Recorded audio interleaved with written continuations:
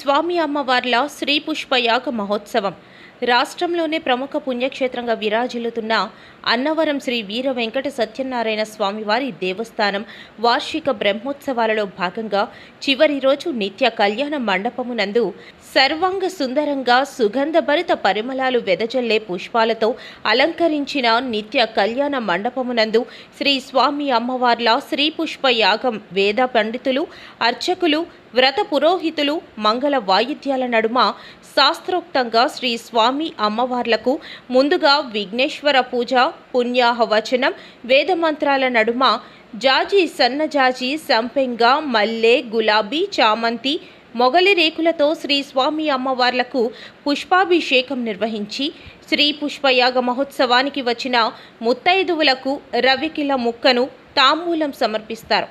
శ్రీ స్వామివారి కళ్యాణ మహోత్సవాలకు దూర ప్రాంతాల నుండి భక్తులు ముందుగానే వచ్చి శ్రీ స్వామివారి సన్నిధిలో బస చేస్తారు. పెళ్లి చేసుకున్న ప్రతి కొత్త జంట సత్యనారాయణ స్వామివారి వ్రతం ఆచరించడం, నూతన గృహప్రవేశాలలో స్వామివారి వ్రతం చేయించుకోవడం తెలుగు రాష్ట్రాల ప్రజలకు ఆనవాయితీగా ఎప్పటి నుంచో వస్తోంది.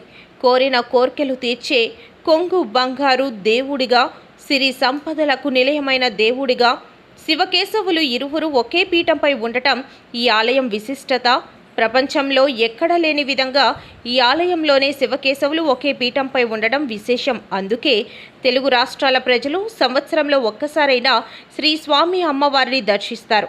ఈ కార్యక్రమంలో కార్యనిర్వహణాధికారి దంపతులు, chairman IV Rohit, AEO Kondalarao, PRO D Krishnarao, దేవస్థానం సిబ్బంది పాల్గొన్నారు.